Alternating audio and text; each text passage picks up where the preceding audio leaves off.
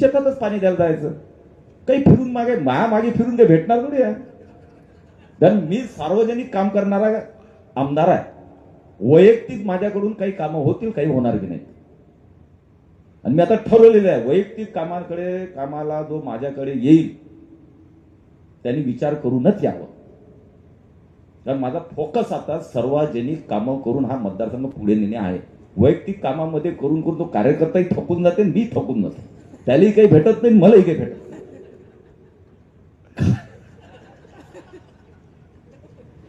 आला गेला की ठेकेदारी कुठं. अरे तो इतकं हास्य म्हणजे तो एकदा ठेका घेतला की डबल दिसतच नाही.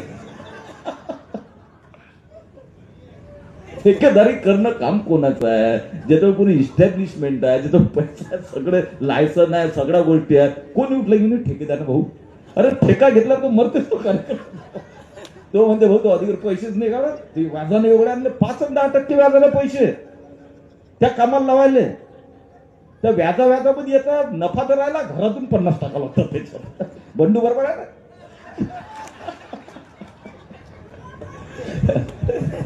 ज्यामुळे जेनो काम तेनो करे, दुसरा करो जो गोतो खाय. खूप योजना आहेत. केंद्र शासनाच्या असंख्य योजना आहेत, महाराष्ट्र शासनाच्या असंख्य योजना आहेत, पण कार्यकर्ते तिच्यात डोकं घालत नाही. कृषीमध्ये घाला बरं, किती योजना आहेत. स्टार्टअप पासून तर इतक्या योजना आहेत त्या कृषीमध्ये. छोटे छोटे उद्योग आहेत, प्रक्रिया करणारे उद्योग आहेत, ज्यांना डोक्यात ते घालतात, परमनंट त्यांची जिंदगी तयार करतात. आणि उठलं सकाळी भाऊ ते कामं निघले, त्याचा ठेका नाही. अरे हा झालं ना, तू मेला समजा त्याच्यात, मीच झाले, तू बेटा डबल उठणार नाही एवढं धाराट. पण आता मला नाही म्हणता येत नाही भाऊ, म्हणजे मी किती काम केलं तुमच्यासाठी आणि मला ठेका नाही. तो तुमच्या जवळचा आहे आणि मी का दूरचा आहे. अरे बाबा तूही जवळचा आहे, तोही जवळचा आहे, पण तुम्ही मरणार आहे मला माहिती आहे. त्यामुळे ज्याला मरायचं असं मला प्रेम येते की हा मेला नाही पाहिजे माझा कार्यकर्ता, म्हणून मी त्याला प्रेमानं समजतो, भाऊ नको पडू याच्यात.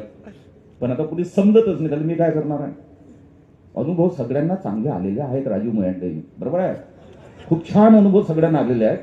त्यामुळे याच्यातून बाहेर पडा. ज्यांना का ठीक आहे ना, ज्याच्या ज्याने होत आहे शक्य त्याने करा. पण सगळं ठेकेदारी घुसलं तर कसं होईल. आणि तो त्याला सांगते, तू माग, हा म्हणते त्याला तू माग, असं धोका करू.